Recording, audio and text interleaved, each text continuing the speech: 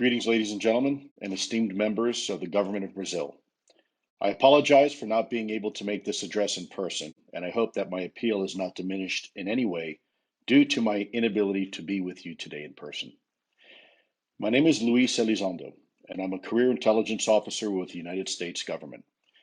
From 2008 to 2017, I had the privilege to participate in a small but significant program within the Pentagon, focusing on the collection of UFO data. In 2010, I was asked to lead the overall effort, which later became a small footnote to my country's history involving the dedicated study of this phenomenon. It was during this time that it became very evident to all of us involved in the project that our military was encountering a technology that far exceeded our own capabilities.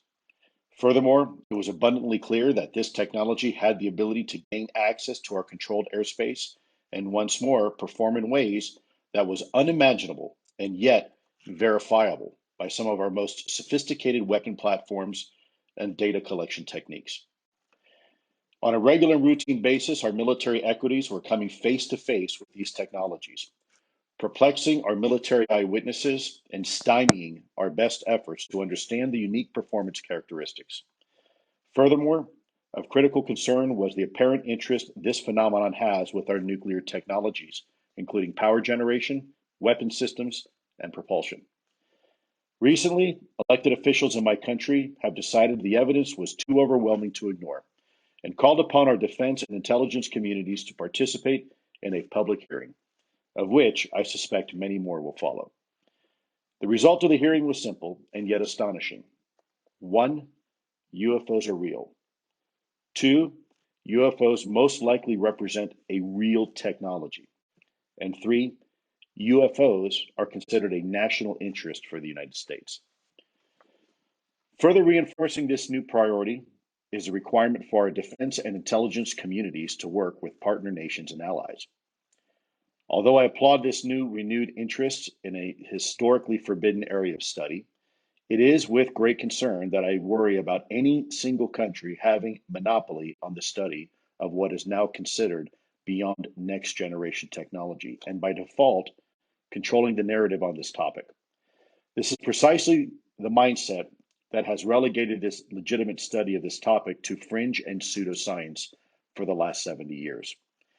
Ladies and gentlemen, today I speak to you not as a former intelligence officer, not as a representative of the US government, and not as a UFO expert. Today, I appeal to you as an ordinary citizen of the world, as your brother, your father, your son, pleading you take this topic seriously and to do what is necessary, not just for your constituents, but for every person on the planet. Today, you have a rare opportunity that comes only once in a lifetime. Today, I ask you seriously consider the establishment of a Brazilian government-sponsored UFO program that includes scientists and academics. The time has come to remove conspiracy theory and replace it with quantum theory. Remove stigma and replace it with academia. Remove secrecy and replace it with transparency. I ask that Brazil help lead the world in a new millennium of enlightenment and knowledge. I dream that one day Brazil may sit amongst friends, perhaps at the United Nations or perhaps even in San Marino, and help usher in a new era of understanding. Before I close, I'd like to share a little personal thought, if I may, with you. You are in a very rare opportunity right now as leaders for Brazil. Times and opportunities like this do not happen very often. In fact, in a one person's lifetime, they may not happen at all.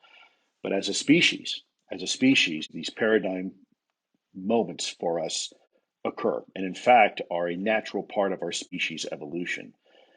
One may infer the very first time that man came out of the cave and looked into the heavens and realized that the shadows that were being portrayed on the side of the cave wall were no longer real. That wasn't mankind's reality.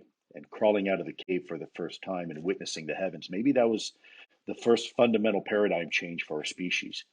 Perhaps the second time was when mankind struck two stones together and created a spark, and that spark then led to fire, And that fire illuminated the darkness for which man was scared at one time. And now man could now roam freely in the night, illuminating the darkness. And perhaps the last time mankind came to some sort of paradigm moment like this for a species was when two people were standing on a sandy beach, and one person looks to the other and says, I'm going to sail over that horizon. And of course, the other person said, no, you don't want to do that because you'll fall off the earth. And in fact, there are sea monsters out there. There's giant kraken, and they will destroy your ship. And of course, now we look back and we kind of laugh at that. But in reality, it turns out there are sea monsters. It's just that those sea monsters now have names. They're called great white sharks. They're called blue whales. They're called great squid of the Pacific. And they're not really sea monsters, are they? They're part of our natural world. They're part of nature. They're part of our current paradigm. And so perhaps with this topic, this is yet just another paradigm moment. Perhaps we as a species are standing yet on another sandy beach, and we're looking at the horizon one more time, and we're about to sail over that horizon together. I would submit to you that change is a very necessary and very healthy part of our species evolution. And I believe we may be at the precipice yet again of another paradigm moment for our species. In closing, I'd like to thank you for allowing me to speak with you today, and thank you truly and humbly for your attention to this most important matter. Again, please forgive me for not being here in person, but I am here with you in spirit, and I sincerely hope that you can do what's necessary to help propel this topic forward. Please make no mistake, you are on the right side of history with this conversation. Thank you, and God bless.